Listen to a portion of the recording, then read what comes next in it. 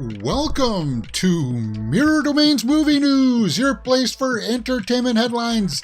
And on today's show, we are going to be talking about the trending movie news headlines of the day. Mortal Kombat 2 news. Our first look at Carl Urban as Johnny Cage. Cool, man. We got some Tomb Raider updates, Gladiator 2 updates. We got some TMNT character posters that are out. Yeah, guys, if you don't know, this is a live news show for movie fans where we talk about movie news, entertainment news, and sometimes celebrity news like James Gunn. Let's start off today's show by talking about the Superman Legacy screen tests continue on into its second week, and it's been revealed as to some of the names for the new Lex Luthor. Well, that's kind of cool. Some really surprising names have come up. So, inside the Superman Legacy screen test as Decision 2023 drags into the second week.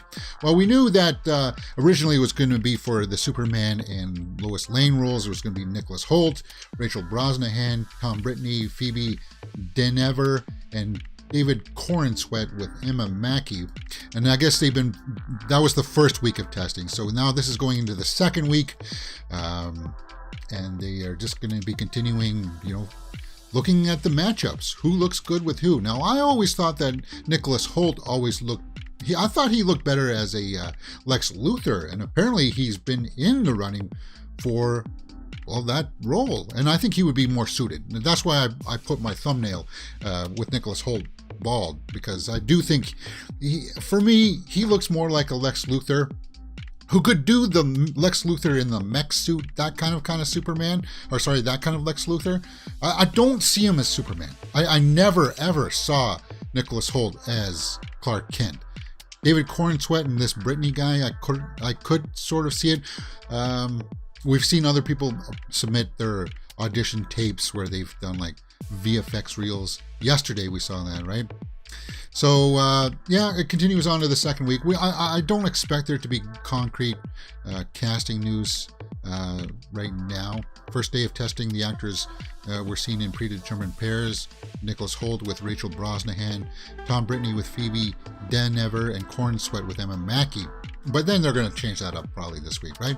They were given several scenes to film in which the males were in makeup and wardrobe as Daily Planet reporter Kent, while the females were plucky journalist Lane. Okay, so they were reenacting scenes from the Daily Planet there, right?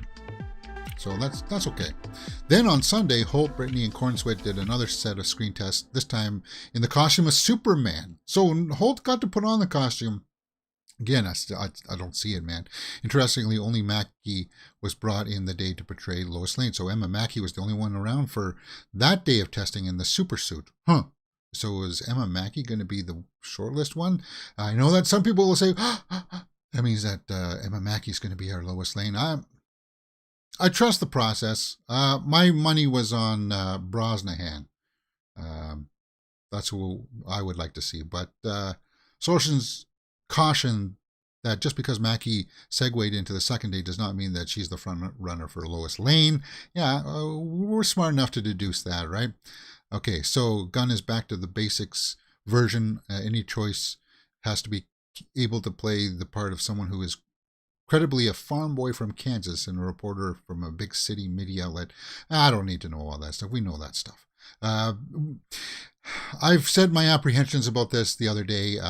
Guys, we don't need a Superman movie where we need to explore his origins, his oranges, as some would say. We don't need to go into the psyche of should I or shouldn't I be Superman. We definitely do not need to go into the realm of how would the world react if Superman was real. We don't need to do that again, right? We just need a solid story of Superman taking on the bad guys. Have an emotional backbone of him with Lois Lane in there, and just drive that home. Don't have all this extra fluff with, social commentary and messages and stuff like that. It's a simple thing. They make it so complex that it's harder than it has to be, right? So the Lex Luthor stuff got my eye here too. Sources say there's also a short list for Lex Luthor. Siblings Alexander and Bill Skarsgård have been mentioned for Lex Luthor. Really? Let's see if I can pull up a picture of them together. Alexander and Bill Skarsgård. Because I do like them as actors. We know that Bill Skarsgård, he was Pennywise the Clown. And he's going to be our new Crow, Eric Draven. I could maybe... Oh, that's a terrible shot, James. I could maybe see Alexander Skarsgård, maybe? Look at that face. They're brothers here. They're just having fun as brothers kind of thing, right? That's not what I want. Open image in new tab, please. Yeah. So could you imagine one of these guys as Lex Luthor? I could see that, maybe. Alexander Skarsgård's got that extra gear in him. Well, they both got extra gears in them because Bill Skarsgård played Pennywise, so he can play crazy. We know that. But Alexander Skarsgård, we can see that, but he's got the intensity, right? And we've seen that in the Northman and stuff, where he's just got that kind of seriousness to him, where he can like look at his eyes there. I know that's not the best picture of him, but he's also got that suave thing going on, like Lex Luthor would have, right? I want to see the bald Lex Luthor from the start. I don't mind if they go in with the wig kind of things, but I don't need to see, like, I want to see the classic bald. And we don't need an origin story as to why he's bald. He's just bald. For crying out loud, guys. My God. But yeah, could you see one of these two up as Lex Luthor? They also said that Nicholas Hoult was also... It's not clear whether Hoult was initially wanted for the part before deciding to try for Superman. Would put himself into the running again. So yeah, this would put Hoult back in the running for Luthor as well. It seems like they're intent on using Hoult in some fashion. So if he doesn't get the Superman role, he would be also great as Lex Luthor, which kind of, again, goes to my point of... It doesn't make a whole lot of sense that I don't see him as Superman, right? How could you be good as Superman, but also be good as Lex Luthor as well? Like, I mean, that shows range, but the look of it, what are you doing, James Gunn? It gives me a little bit of pause. A little bit of, whoa. What are you doing here, James? What are you doing here, Mr. Gunn? I hope you got this all under control, because the DCU is a very dicey situation right now. Emma is a lucky name for an aspiring actress, Hourglass Viking says. Yeah. I think Bill comes across as the brain and Alexander comes across as the brawn. Yeah, there is a little bit of that because, well, we just watched The Northman, right? And look how buff he was in that. Hoult would be a great Jimmy Olsen. Meh. But I still think that Hoult would look great as Lex Luthor. Let me just pull up Nicholas Hoult bald, because there's a bunch of photo shots of him bald, right? He could easily play Lex Luthor. But you see what I'm talking about, right? If he's good for Lex Luthor, then how could he possibly be good for Superman, right? I don't know. And it looks like they are going for that suave, debonair look for Lex Luthor. They're not going for that nerdy take that Snyder wanted to go for, right? The Eisenberg kind of look. Yeah, so James Gunn, I guess he weighed in a little bit about superhero movies here. Let's just continue on with a little bit of his quote here. James Gunn comments on really lazy superhero movies and third acts that lose momentum. Well, the thing about James Gunn here, too, is that somebody was trying to get at me saying that, yeah, there hasn't been a movie that's been both loved and by the critics and fans that has not done well at the box office. Well, James Gunn has made one, and that's called The Suicide Squad. And I'm not going to argue with fans in the comment sections about this kind of BS. Because his Suicide Squad didn't do well at the box office. It was pretty much, I think it barely broke even, if not was a failure. But I love that movie. Critics like that movie. Everybody liked that movie. It's just, I don't know. Are you one to be throwing around shade at other movies, James Gunn? Well, he is in charge of the DCU now, so maybe he does have a bit of a voice, but let's just see what he says here. Choosing his words carefully. To overextend itself. Won't overextend itself. The new DCU won't overextend itself. Quote, we're going to be very careful with the product that we put out and making sure everything is as good as it possibly can be. Well, that's the intention of every movie maker, I would imagine, that they want to put out the best product that they can. He continues, quote, people have gotten really lazy with their superhero stories. And they have gotten to the place where, oh, it's a superhero. Let's make a movie about it. And then, oh, let's make a sequel because the first one did pretty well and they aren't thinking about that. Why is the story special? What makes this story stand apart from other stories? What is the story at the heart of it all? Why is this character important? What makes this story different than that it fills the need for people to go to the theaters to see it? Well, that's exactly what I want to hear, James. That's cool, Mr. Gunn. Because I'm always someone who's championing story. What's the emotional backbone here? Drive it home. Like enough with the fluff and the CGI effects that just kind of like look like CGI effects. It's like enough with that. The big emotional punch should be the dramatic elements, not the big visual effects showpieces. That only accents a good movie, right? It doesn't make a good movie. So I'm glad that he knows. Well, of course he should know this. He's a filmmaker, James. And I'm just a guy in his room talking about movies. As a fan, it gives me assurance, right? As a fan, it gives me, okay, all right. I'm curious to see what you're doing with the Superman castings. I'm curious to see what you're going to be doing with this movie because it seems like you understand the premise and the concept of making a quality movie. And as in your past records has shown, I've enjoyed your movies, James Gunn. So Guardians of the Galaxy 3 is, I still think, the best superhero movie of this year.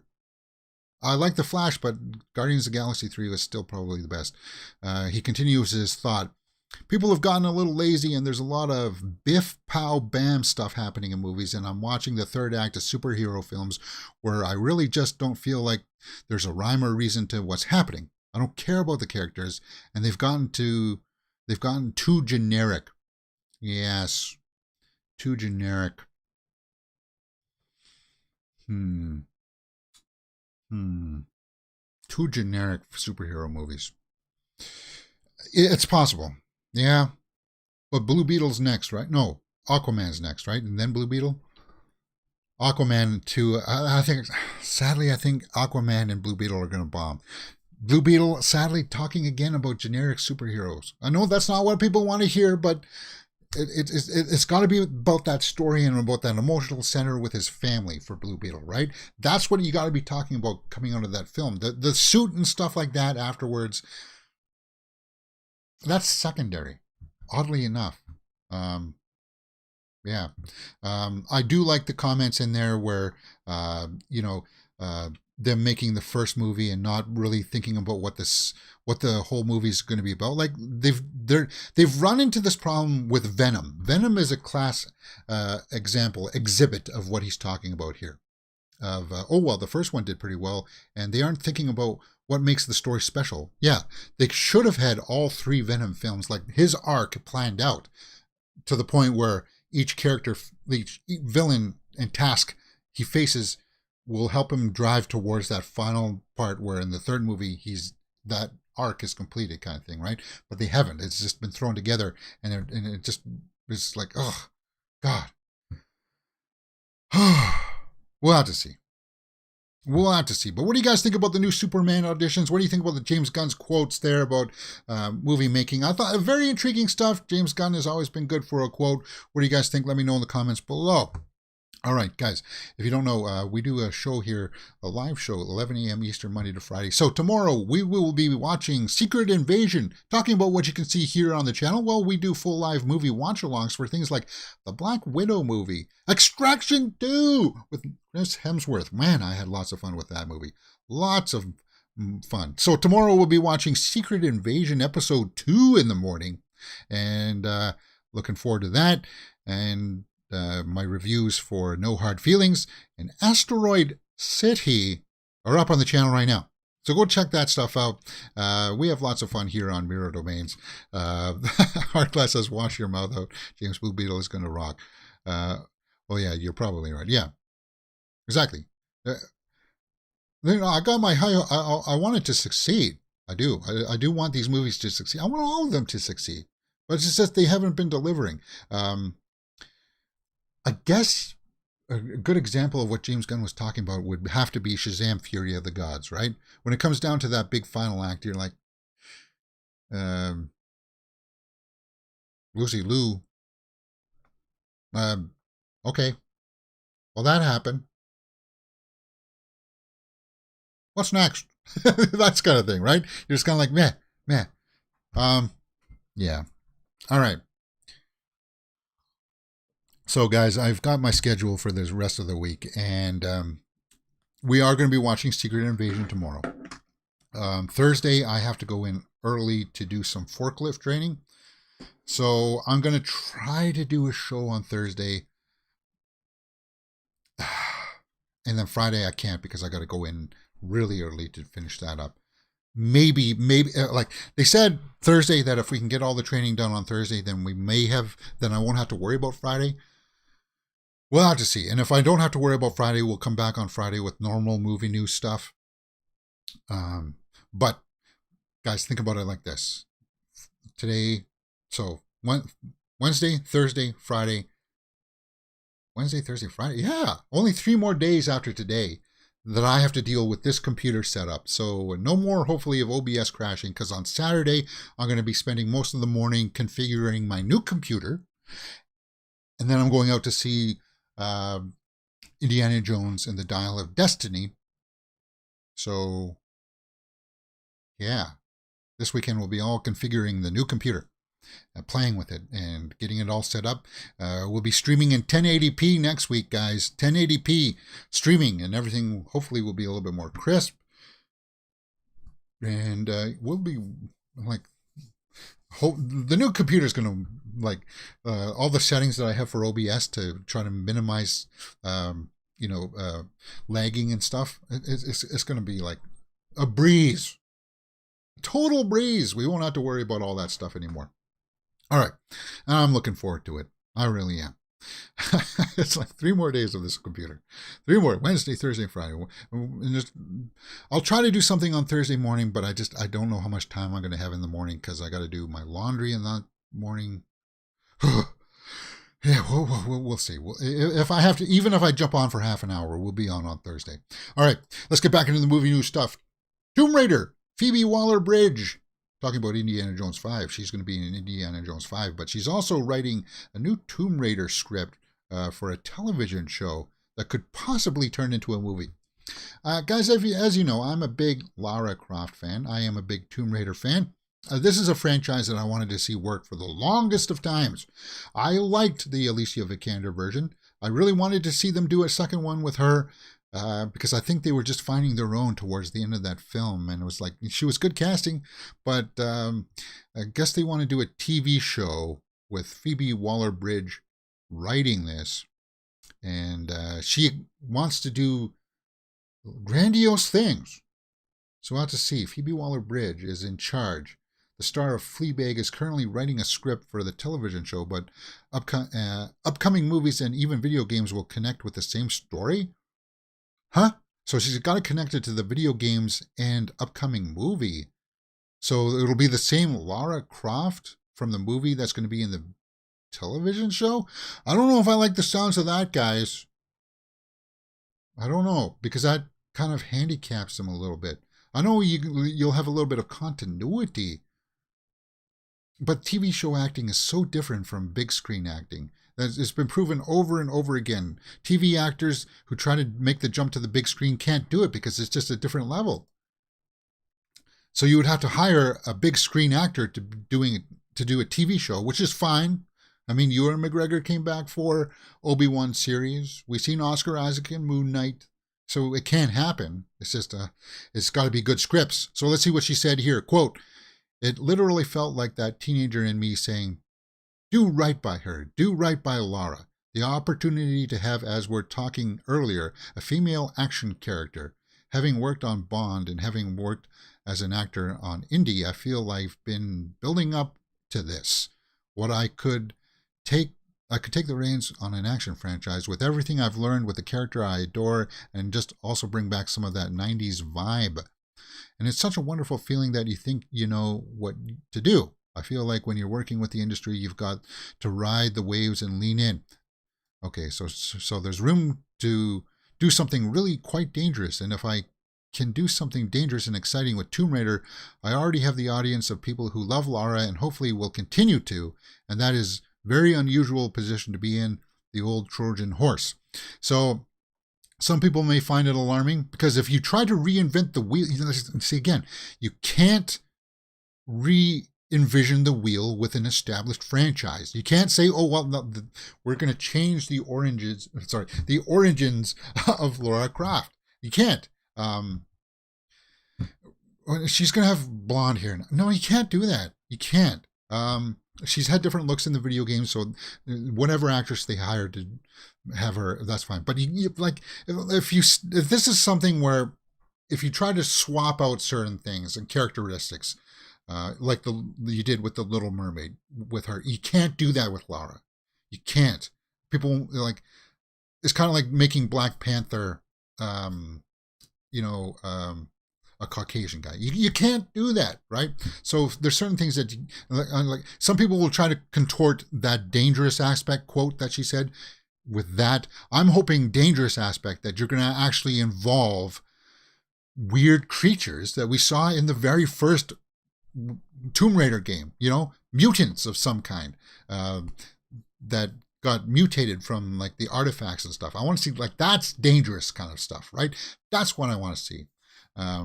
With her learning to be Lara Croft, perhaps, take elements of that game, like the Alicia Vikander version didn't do a very good job of her learning to become Lara. Like it was kind of like she was there and they tried it, but it was kind of like, it wasn't like the game where it was like she wasn't sure to begin with, and then she had she had a mentor in that named Roth who helped her become, tough inside. And that's the angle, the arc that I would like to see, her learning to use the pickaxe and the bow and eventually the two guns and stuff like that to become toughened and hardened so that she can deal with any concept in any situation. That's what I'd like to see. Who would I like to see play Lara? I don't really have. Obviously, it won't be Phoebe Waller-Bridge. She's too old, right? It would be a younger actress in their 20s. Alicia Vikander's now in her 30s, so that's another reason why that moved on from her. But there's lots of possibilities out there. TV show and movie that's supposed to feed into something. What do you guys think? Dangerous and exciting. Does it give you pause? Do you want to see that Tomb Raider stuff? Let me know in the comments below and we will talk about it. Moving on to Gladiator 2 news. Gladiator 2. Gladiator 2 set photos showcase an epic coliseum in the making. Yeah, hey, did anybody else see those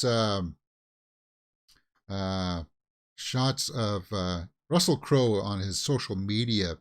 Posted a shot of himself at the Coliseum. Now, Russell Crowe's not going to be in Gladiator 2. And we saw like a behind-the-scenes set photo of all the cast of Gladiator 2 yesterday in our Twitter Roundup kind of thing, right? Of a monumental set. So let's take a look. Wait. Didn't we see these set photos before? Something seems a little bit too familiar about this for me. But yeah, of course we're going to see Colosseums. It's about, what is it? Lucius, all grown up now, right? Lucius? played by Paul Mescal. So yeah, that's not that much.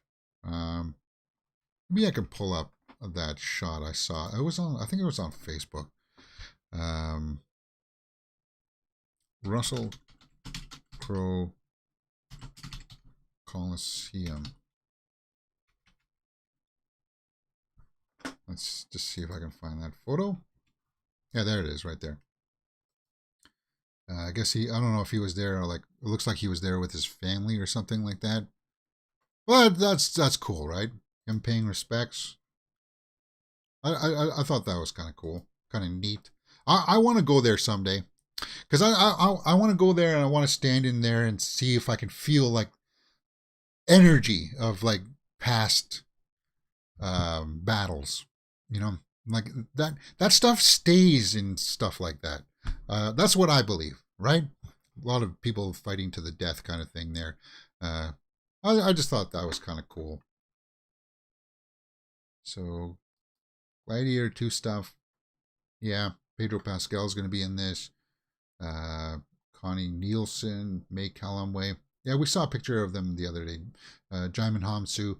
November 22nd, 2024 is when this is going to be released, guys. Just a quick little behind the scenes stuff of a set being put together. Yeah. Russell Crowe has 2 sons. It would be cool if they cameoed in the movie. That would be cool. And we still need to do our full watch along for Gladiator. We need to do that at some point. Maybe next year before it comes out. Just to get refreshed on it, right? Next year. Yeah, we'll still be around, guys, for sure. We will still be around. Okay, moving on to TMNT posters. TMNT comes out in just a little bit, guys, and Mutant Mayhem has some character posters that ooze with style. You know, I asked my niece if she's seen the trails for this, and she said she has, but the first thing that she said that doesn't sound like Donatello. It doesn't seem like Donatello would sound like that. And I said that too.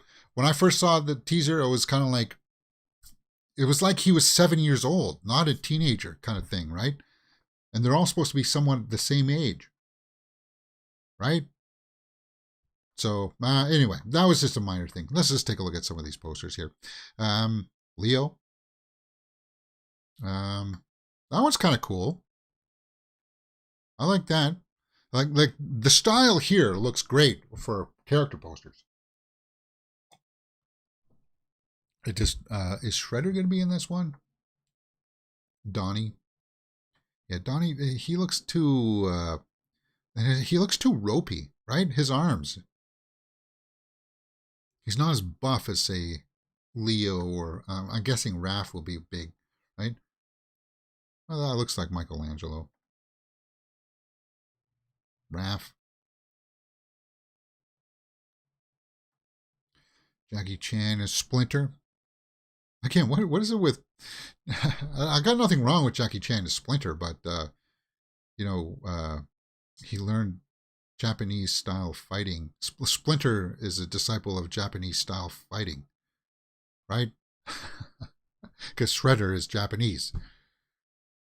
Anyway, yeah, that's our April O'Neil. Some people really caught on, like, when I said that's April O'Neil, people were like, ah, bigot. There's like, what? That's not what I said. I just went, ah, Seth Rogen is Bebop. Cool. Who's Rocksteady? John Cena's Rocksteady. That's cool. So who's Shredder? Giancarlo Esposito is Baxter Stockman. Maya Rudolph, Cynthia Utrom. Ice Cube is Superfly. Wow, a lot of character posters. Natasha something or other is Wingnut. Leatherhead. Okay, so now we're going through the whole roll call here. I don't know who most of these characters are. Scumbug is himself. We're not seeing Krang or Shredder here. So I'm guessing maybe they'll just be background characters in the first one. If anything. I don't know. Arglass says, I agree. I've been at the sites and battles of Braveheart, William Hart Wallace fought, and you feel the past in the air. Yeah, about the Gladiator stuff. Yeah, you do. And it's weird. It's not like it's like echoes of stuff, right? That just get locked into the surroundings. TMNT Nickelodeon quality is at its best. I don't mind being proved wrong. Well, uh, my niece says that she wants to see it, so I'm going to be seeing this. I'm somebody that I don't like the animation style, but it may come around to it. Who knows? I didn't mind it for Puss in Boots, so we'll have to see. But what do you think about all these new character posters? This seems a little bit overboard for characters like Genghis Frog. Hannibal Buress gets his own. It's just a bit much, maybe. But the full campaign is online for marketing campaign for August 2nd is when this movie comes out.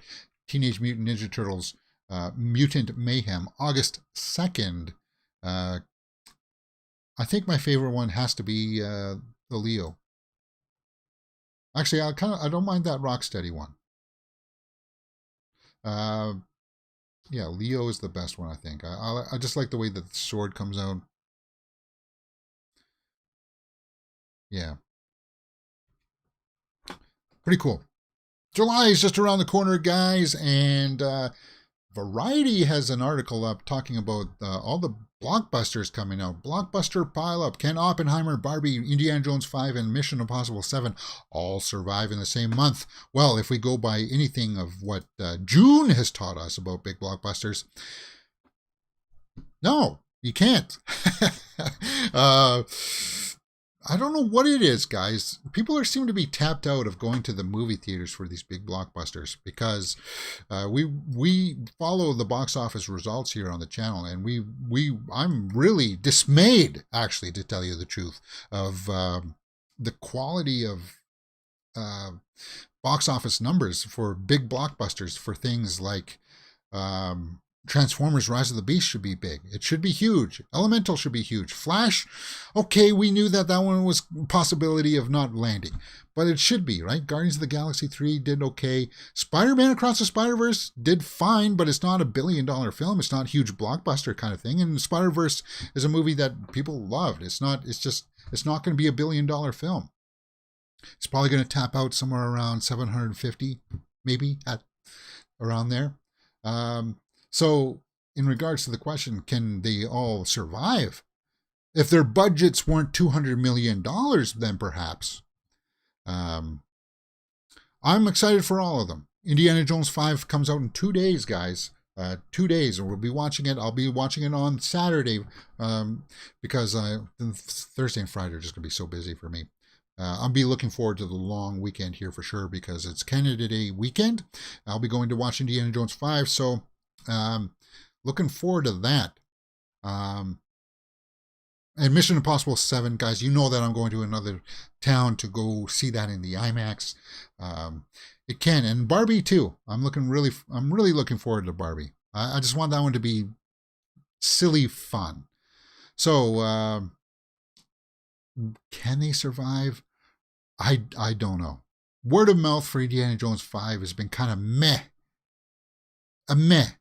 And a lot of that has to do, I think, with the backlash to Kingdom of the Crystal Skull, right?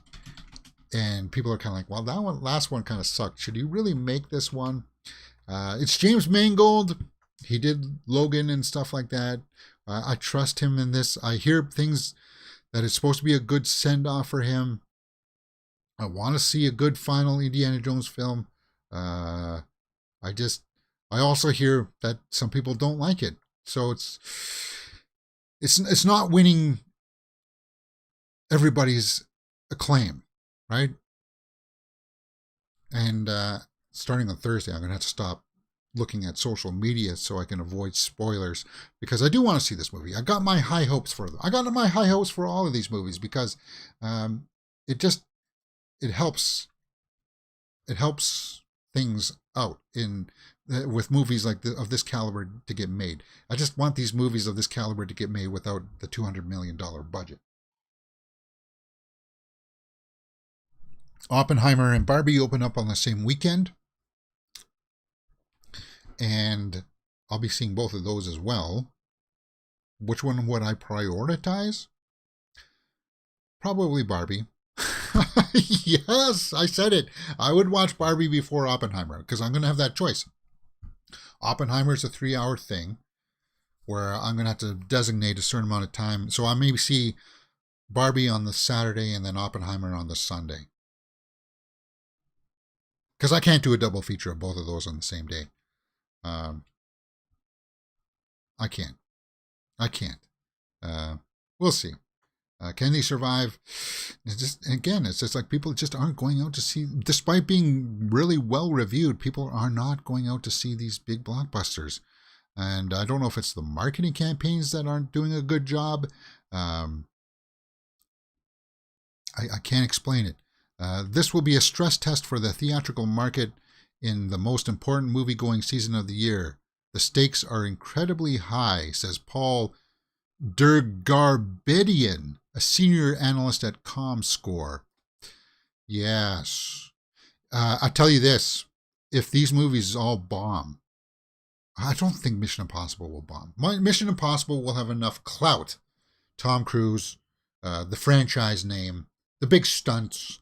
That one will have enough clout that even if it doesn't make $1 billion, it's gonna be like Spider-Man Across the Spider-Verse, where it's gonna make enough money where people will be like, yeah, it was worth seeing. That's one to go out in the theater to see. But like Oppenheimer and Barbie, Indiana Jones 5 has the possibility of being a complete bomb. And that sucks. Because it's just, there's no buzz. Guys, when I said it, Indiana Jones comes out in 2 days.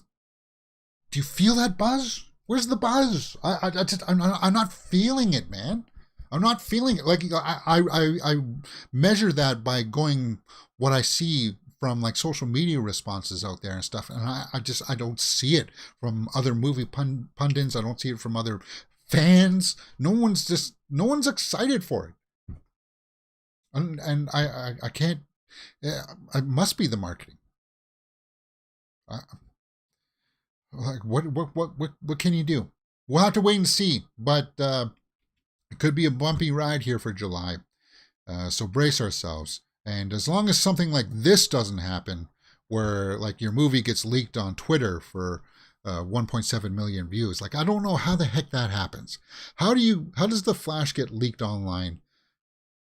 Like, was that a desperate play to try to get people like, interested to go to the theater to see it? Like, what the heck's going on here with that? And I hope whoever leaked it gets hung up by their Buster Browns. Because that's like, no, that's terrible. That's awful. What's next? Mortal Kombat 2 news. Oh, guys, you know how I love Mortal Kombat. I was kind of mixed with the newer one. We did a full live watch along for Mortal Kombat 2020, right? Here on the channel. And we had lots of fun with that. You guys know my thoughts about this. I liked the vision between Scorpion and Sub-Zero in the beginning and stuff like that. It was meh.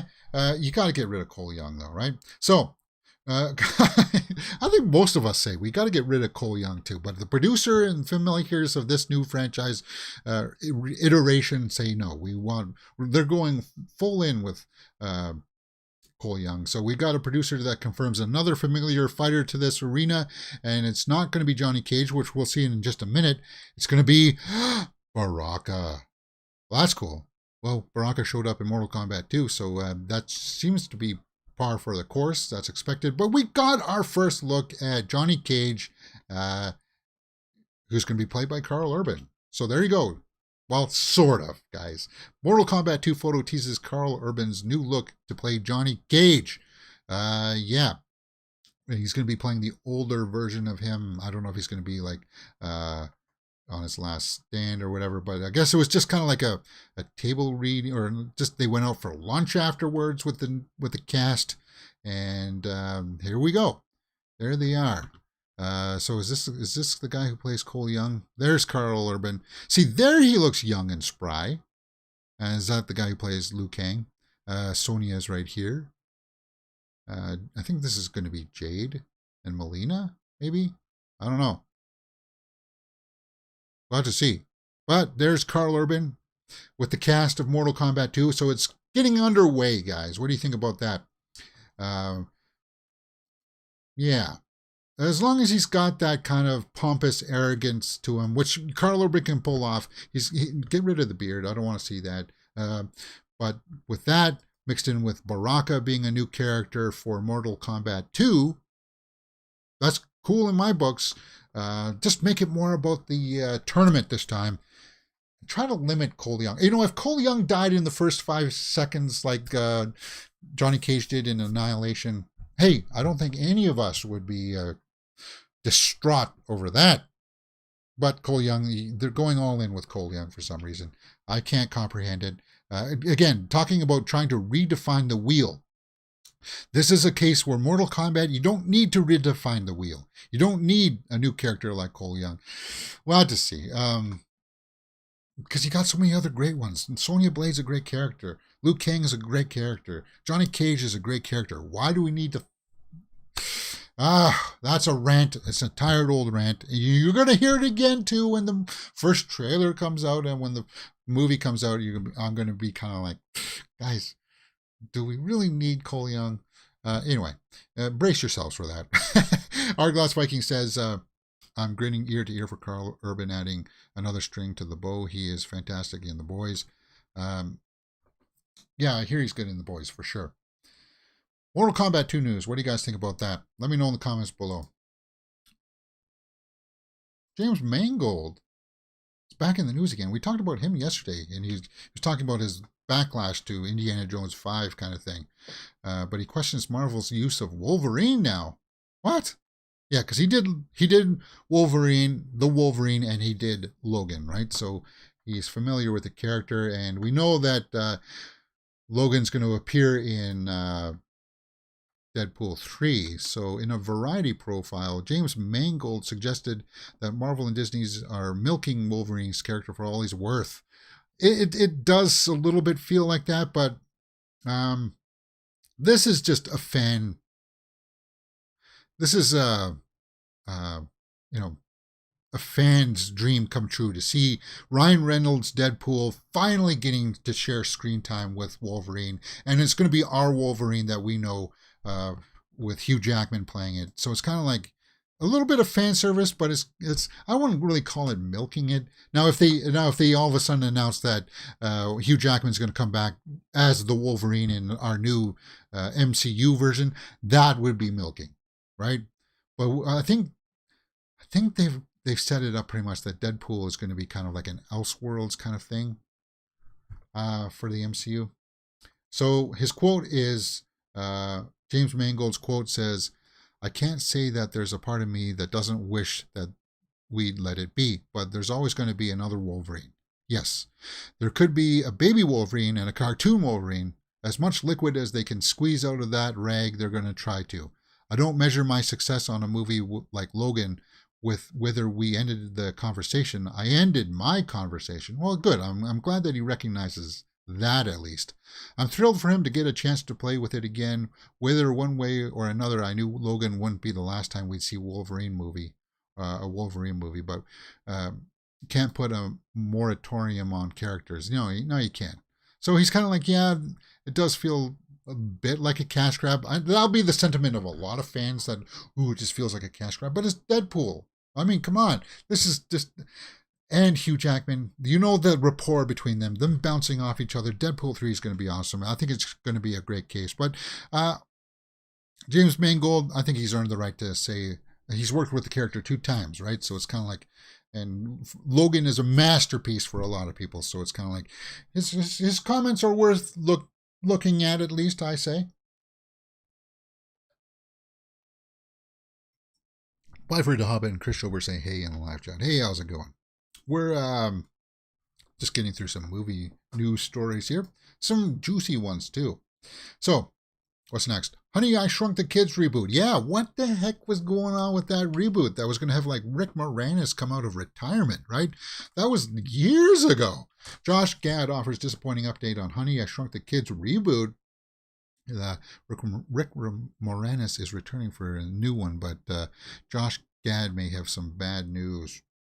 And everybody was wanting to see Rick Moranis come out of retirement. He took time off to deal with his family stuff, right? And then, like, if you don't have to work, why? right? He's a very talented actor, top class, top tier talent, Rick Moranis. So what's the quote here from Josh Gad? I'm guessing that is going to be called off. So let's just see what his quote is here. On his Twitter account, Josh Gad broke the silence about the current state of the project. Quote, a lot of you asked me what's going on with this film. Truth is, we're inches from starting and then COVID hit. Inches from starting again and then my schedule exploded with conflicts. Inches from starting again and the budget got the best of us. If you want it, let your local Disney know. So what, the budget was going to get too high? Is that what was going to happen? Again, hey, if the budget was going to be $200 million, guys, then I agree. Dial it back. Push it back. I had lots of fun with the first Honey, I Shrunk the Kids. I think there's lots of room there for, them to explore that again with newer technology. Because a lot of that stuff was like miniatures and stuff like that, which was innovative for the time, right? Kind of like the mad scientist that shrunk his kids and then had to find them in the backyard. A lot of fun. That movie was a lot of fun. I had lots of good memories about that film. So it's kind of like, and to hear that Moranis was going to come off the bench to be in this reboot with Josh Gad, I thought was kind of cool. But it sounds like my impressions of this quote, it seems like it's dead in the water. If you want it, let your local Disney know. Well, that means they've shelved it. That's what I get out of it. That they've shelved it and it's not going to happen. But it's been years now. Like we need to hear a little bit of traction on it. I just thought it was worth pulling. Jennifer Lawrence was last seen in No Hard Feelings this week, in which I did my review. That's up on the channel. But she also says during the press tours for that and stuff, Jennifer Lawrence says she was immediately turned down for Twilight. Almost didn't take on Hunger Games because of fandom. So she auditioned for Twilight. Wow. And guys, she was really good in No Hard Feelings. She just reaffirmed to me that she is one of my favorite actresses of all time. I wanted to do indies and I wanted to do good films, but I didn't want to be the most famous person on the planet. I can understand that. I would hate to have to walk around with security guards. Like, I just couldn't bear it. And when I marry Taylor Swift, it's going to be kind of like, I'll be constantly telling the security guards, guys, please, we're trying to have a moment here. Yeah, well, come on. I'm a little bit delusional at times, I know. Well, hey, I run a YouTube channel. It happens. But anyway, I guess she was turned down for Twilight. All right. She was immediately turned down. Immediately. Huh. That's weird. You know what? I didn't need to see her as Bella or whatever. She got the Hunger Games stuff, and that's fine. She's got a great career. My life would have been totally different. I mean, the work is still the same, but I felt similar when I was doing Hunger Games. I have to churn out movies in between so that I'm not known for this franchise. I was still in a franchise, so I was still trying to counteract the franchise-ness, and I would still be doing that if I was in Twilight. Would you be? I don't know. Because she's got the Hunger Games, and she also did like the X-Men Mystique role, right? Which I still look at like First Class. First Class is a great movie. And so is Days of Future Past. I like that. She was good in both of those, right? And I'm glad that she played those roles. But she also did her fair share of like in between movie roles kind of thing, right? Like Silver Linings Playbook and stuff, which I think is my favorite role of hers. Silver Linings is my favorite role. Yeah. And she said that she would be open to return to the Hunger Games. She would come back as Katniss. Could there be another story of like an older Katniss, maybe mentoring a next wave? Or no, the Hunger Games would be over by then, right? Or maybe her trying to rebuild the world afterwards. Who knows? Bifer, I don't know if that's appropriate or not, but yeah. You must have gone out to see No Hard Feelings. Yeah. What's next? I didn't need to put hit or miss headlines, but Elizabeth Banks is somebody that I am a big fan of too. She directed Cocaine Bear this year. I think she's a good actress. I liked her in um, the movies that she's appeared in. Elizabeth Banks to lead a vanity thriller alongside Lewis Pullman, Nathan Fillion. Cool. We do like Nathan Fillion here. So what's this? A vanity thriller about skincare. So what is this about? Somebody who makes a skin cream that what people try to copy or something? The film stars Banks. Um, Come on, give me a synopsis here. The project is from what is this? Taking place in California. Okay, with plot taking place in California, further details remain a mystery through. It likely won't be long before we learn more. We are delighted to announce another international production involving such world-class actresses and actors. Skincare is a film about a visual strong impact that, because of the cast and the workers it involves, has enormous potential. It is a film that we believe at ILBE believe in very much. Okay, so it's just people. They're just the announcement of this brought on. Not too much. I do like Elizabeth Banks. Brightburn. Tragic ending. Tragic. All right, guys, that's pretty much all I have in the can. So I thought that we would go over to the Twitterverse and see if I missed anything. I saw God is a Bullet over the weekend. And best movies of 2023, most violent, Girl with the Dragon Tattoo out on VOD. God is a Bullet. Okay. Let's see if I can pull that up.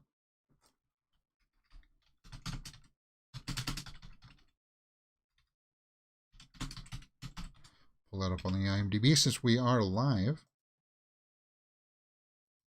we can do this. Hey, that's one of the advantages. God is a Bullet. Who's in this? Nick Cassavetes directed this, huh? Micah Monroe, okay.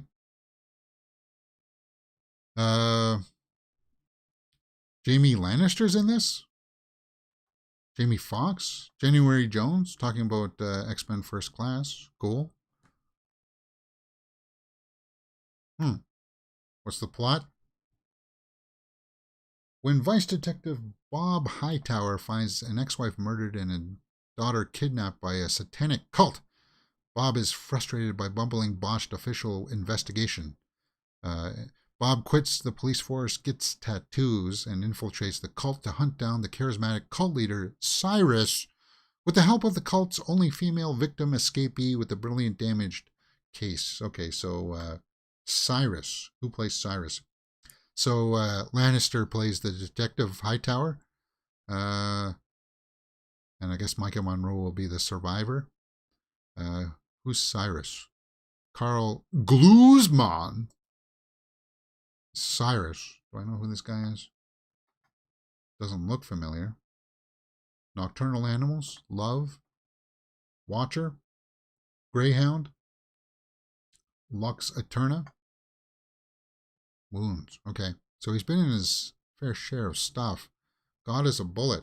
I have to take a look for that. All right. Keep our eye out for that. When is the release? What is the release date for that? You said it was going to be on VOD, right? So some people have already seen it.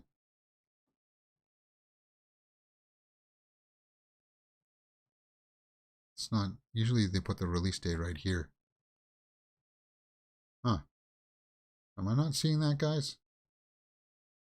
I'm reading this page, right? Oh. Huh. Oh well. Let's go over to the Twitterverse and we'll round this things out for the 5 minutes that we got left. Several titles inside Amy Schumer tell me a story in fantasy football. Nickelodeon shows have been removed from Paramount Plus. So Paramount Plus has been removing stuff. Again, with the streaming service, there's just too many of them. There's way too many of them. Paramount Plus, I think, is going to go by the way of the dodo, too. Just amalgamate into one or two of them, guys. New look at Friday Night at Freddy's. Yeah, Chris Schober said that there's a new trailer out there.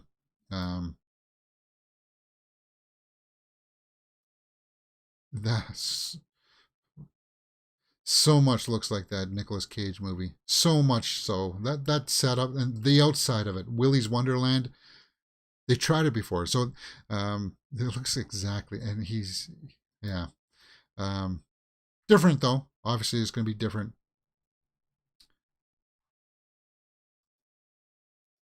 Okay, why is that frozen?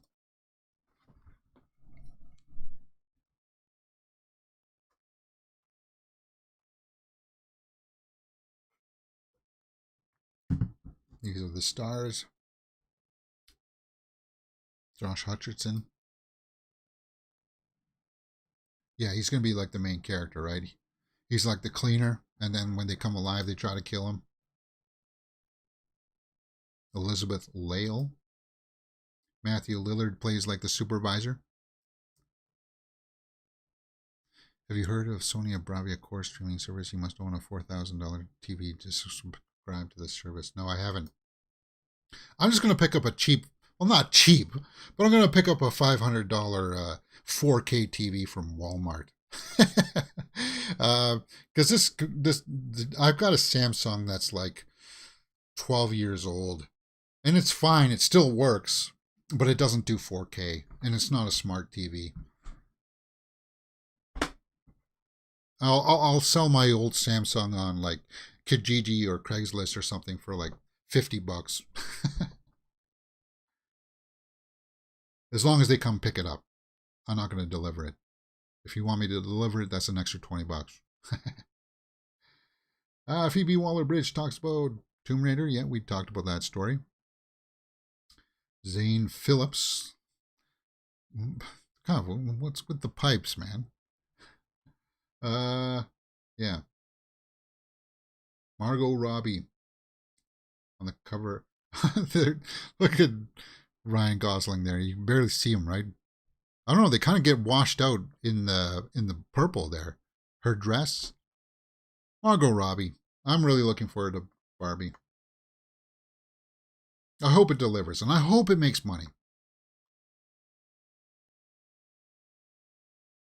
Greta Gerwig. More Barbie stuff on time. The Barbie dream house has appeared in Malibu. Somebody cut. No, they didn't really build that, did they? Yeah, I don't trust that. It looks like it's just a normal house that they shot with like using one of those filters. You know how they put filters out there that turns one color a certain color, like the sky turns red or stuff like that, or the trees turn red. I don't know. Ari Aster's next film is going to be called Eddington and is described as a Western noir ensemble. I thought his next movie was going to be about a gay person played by Joaquin Phoenix. Ari Aster. Bo was afraid it's got to be go. It wasn't the worst movie of the year, but man, Barbie Oppenheimer. So somebody sewed in a very bad sew job an Oppenheimer shirt together with Barbie. I appreciate the attempt, man, but that looks. Yeah. Chris Pine to receive a star on the Hollywood Walk of Fame. That's cool. I also heard that Chadwick Boseman's going to get a star on the Hollywood Walk of Fame. That's cool. Great PR for Barbie. It shouldn't fail, but is the right audience being targeted? I hope so. Oh, Christina Ricci will receive a star. Oh, she is also going to get a star. Good for her. Yeah, I really had lots of fun with her in Wednesday. And I don't watch Yellow Jackets.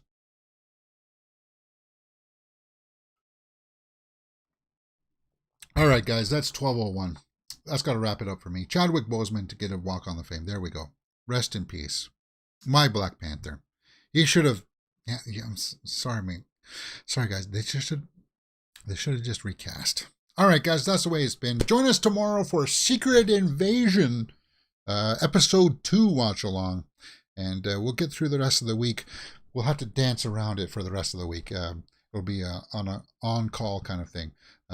If not, Hit that thumbs up button, guys. Subscribe, and I'll see you next time on Mirror Domains. Enjoy the rest of your day.